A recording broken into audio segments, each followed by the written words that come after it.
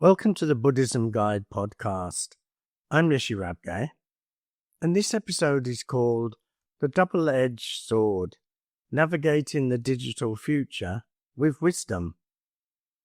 This podcast is free and independent due to member support, and I'd like to thank everyone who supports this show. If you're interested in supporting my work, you can do so by visiting patreon.com/Buddhism Guide. And if you'd like to see more of my content, please visit yeshirabgay.com. In this episode, I'll be talking about the dangers of the internet, social media, and artificial intelligence. So let's get started. I'm not against the internet, social media, or even artificial intelligence. Far from it. I use them every day.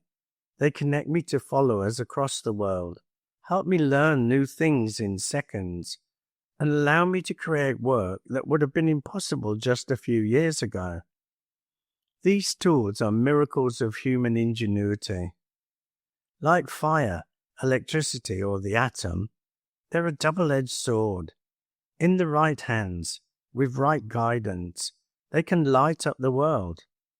But in the wrong hands, or without guardrails, they can burn it down. The first edge we must sharpen is the protection of our children. The internet and social media are not playgrounds. They're a global arena filled with predators, misinformation, and algorithms designed to addict. A child under 16 doesn't have the brain development to make wise decisions about what they see, who they talk to, or how much time they spend scrolling. Their prefrontal cortex, the part responsible for judgment and impulse control, is still under construction. To hand a smartphone with unlimited access to a 12-year-old is like handing them the keys to a Formula One car.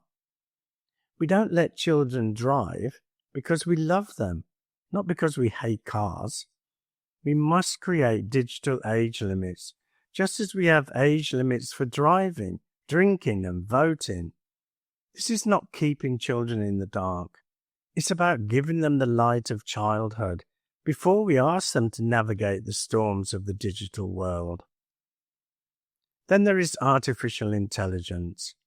AI is amazing. I use it to draft ideas, analyze data, and solve problems faster than ever before. It's a tool of immense potential. But here lies the second edge. If AI is left unregulated and controlled only by a handful of giant corporations, we risk handing the future of humanity over to a few boardrooms whose primary goal is profit, not human welfare. Imagine a world where algorithms that decide what news you see, what jobs you get, and even how you think are all owned by free companies. This is not progress. That is a new kind of feudalism. We need rules. We need transparency. We need to ensure that AI serves all of humanity, not just the shareholders of a few tech giants. We're already seeing the sharp edge of AI in the jobs market. People are losing their jobs, not because they're lazy or unskilled, but because a machine can do their work faster and cheaper. Writers, designers, customer service agents, and even doctors are seeing their roles change or disappear. Where do these people go? We can't simply tell them to learn to code when the code itself is being written by AI. We must rethink work itself. Perhaps the future holds shorter work weeks, universal basic income, or a shift towards jobs that require deep human connection, such as caregiving, teaching, art, and community building. Things machines cannot truly replicate. We must prepare for this transition with compassion and creativity, not with indifference. This leads to a bold idea. The next generation may not need traditional university degrees as we've known them. In a world where AI can pass any exam, write any essay, and solve any equation, a piece of paper proving you memorize facts becomes worthless. Universities will not disappear, but they'll have to change. They'll become places for specialized, deep learning, where humans go to master what machines cannot: critical thinking, ethical reasoning, complex problem solving, and emotional intelligence. The degree of the future will not be about what you know, but about what you can do with what you know, and how wisely you can use the tools at your disposal. If we do nothing and let the internet run wild, if we allow young children to drown in social media, if we let AI develop without any control, the world will suffer. We'll see a generation with shortened attention spans, deep loneliness, and a distorted view of reality. We'll see mass unemployment without a plan to support those displaced. We'll see power concentrated in the hands of a few, while the many are left behind. But this is not a story of despair. It's a call to action. We have faced great challenges before, such as the Industrial Revolution, the nuclear age, now even the climate crisis. And each time we find a way forward through wisdom, regulation, and collective effort. We can do it again. We can build a digital world that is safe for children, fair for workers, and beneficial for all. We can harness the power of AI while keeping human values at the center. Turning this vision into reality begins with treating digital safety for children not as a suggestion, but as a mandatory standard. Much like seatbelts in cars, we can implement laws that require platforms to use privacy-preserving age verification, ensuring that addictive algorithms and infinite scrolls are automatically disabled for anyone under 16. Instead of relying on children to resist manipulation, we can mandate that devices sold to minors come with a school mode that strips away dangerous features by default, leaving only tools for learning and connecting with known friends. This must be paired with a fundamental shift in education, where digital literacy becomes a core subject alongside reading and math.